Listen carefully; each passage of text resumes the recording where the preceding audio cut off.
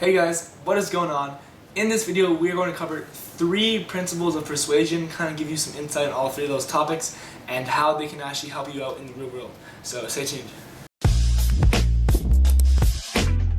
Alright guys, so straight to the point here real quick. Welcome back to the channel. If you're brand new, welcome to Ecom Street. Be sure to hit that subscribe button because that's the best way to find out. A huge factor behind the 3 things of persuasion would be reciprocity. So what I mean by this really is ask and you shall receive in a way. Like if you give, like whatever, like what goes around comes around, right? So a lot of like companies back in the day would do the whole free sample method or give people free things and then expect them to come back and buy those things for money if they enjoyed them, right? So when you provide value first, and you know, in the back of your mind you are expecting something in return. So that's what a lot of companies used to do. Like they would literally go like door to door and let like the people choose what items they want for free. They would use them, and then once they ran out of it, they'd go back and buy more, right? Of course, and then they're a customer for life. So retain customer loyalty, right? To turn that into persuasion, it's like when you call someone or when you're selling somebody something, but you've already provided tons of free value before the call even started. You know, they're gonna be like way more warmed up, way more, you know, like inclined to hear what you have to offer, and more likely to buy, right? Because they trust you now, they know that you provide value, and now that you're asking for the order after all these like small little like jabs, you're asking for the order, like the chance just gets so much higher, right? Of course. And another big persuasion tip for you guys too, a tool of persuasion, also comes down to scarcity. So when that means is basically things that are like scarce or things that are kind of like limited. Like limited in value. So for example, like for you guys that are dropshipping out there, we can always relate something back to dropshipping. We're not talking about like flashy timers, okay? We're not talking about like things flying on your screen, like sale ends here, sale ends that, because no. At the end of the day, yes, that is scarcity, but it's not the proper way of doing scarcity, okay?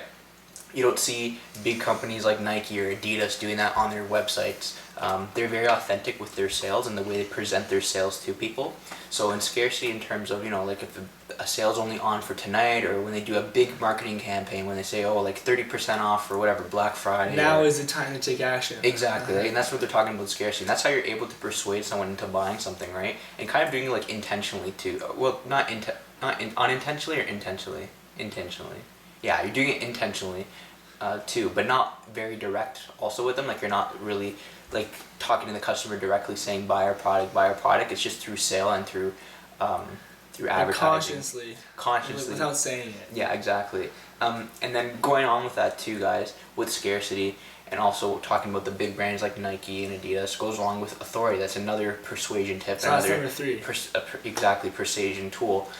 Being a figure of authority, guys, right? Like the big brands out there, they have a big brand, a big audience, a big community around them already, right? So they're already at the top, and they've been doing this for years now. They've been consistent with what they're doing. They've been building their brand from day one. I don't know how old Nike is or Adidas is. I think like when were they first established? I honestly don't know. Years, decades. But they were doing things better than everyone else, and that's why they're able to be where they are today, right? They showed that their value, their brand, their quality of product is truly better than everyone else, or perceived to be better at least, well, right? Yeah, a lot of it's in the branding, like the logo. Exactly. Right? Like you see a Nike logo right away, you're like, wow, like I trust them. Like they're a huge trust. Brand. Like same thing, like in terms of persuasion, like same thing for like being a figure of authority, like a doctor, for example. Like you can see as many people as you want in the hospital, like all these like, you know, pre-nurses or whatnot. But until you actually see that doctor, you're not fully sold. You know what I mean? Like once that doctor comes in with like, you know, like the stethoscope and the actual like suit and like looks at you and says what to do, like that's the person that you obey no matter what. You know, he's just a figure of authority, and he's wearing that suit for a reason. He's an expert in his field, so you trust him. So the same thing for persuasion. If you're calling someone, you know, those first couple of seconds of a phone call, you know, if you sound like a moron and you're like, hey, what's going on? You know, right away that trust is gone. You do not sound like an expert at all. You know, like you're in a huge disadvantage. But when you call someone, you're sharp. You say, "Hey, is John there?" Like you're very sharp about it. Like, you know, like you have the proper tonality in you. You know, then right away you're grabbing their attention. They think that you sound like an expert, and then from there it's kind of up to you, like, you know, up to you to like still persuade them throughout the whole like sale presentation, right? 100%, guys. Like think about this too, right? Like Why are we telling you guys these things? Why are we mentioning these things to you guys? And remember, a lot of our audience on here is e-commerce related, and a lot of like is dropshipping related. So you're not going to be doing that forever. So these tips and these tools that we tell you, they're going to be able to help you in the long run, right? Stuff about persuasion, like we just mentioned, you know, figure of authority, scarcity, reciprocity, yeah, all big tips, very big persuasion tips. Persuasion is a huge tool in business, guys. If you're not able to persuade or get your message across to someone or deliver, communicate, etc., right, then I don't think you're going to be able to succeed. You have to truly believe in what you're selling and truly believe that it'll help someone in the long run. And share that certainty to the world. Right, exactly. And not only will this help you with your life skills, but like we said, it can help with anything essentially, with business, with personal skills, with anything you put your mind to. Persuasion's a very powerful thing, guys. Alright guys, so that wraps it up. Just to recap here, the 3 factors that kind of like really help someone become a true master of persuasion are number 1, reciprocity, number 2, scarcity, and number 3, just being a figure of authority, being an expert in your field, really getting that whole vibe across that you are an expert and someone who should be trusted because you know what you're talking about or selling, whatever it may be. So keep those 3 in mind. If you want, rewatch this video and kind of get a better understanding of it. And stay tuned for our next video, guys. Stay tuned.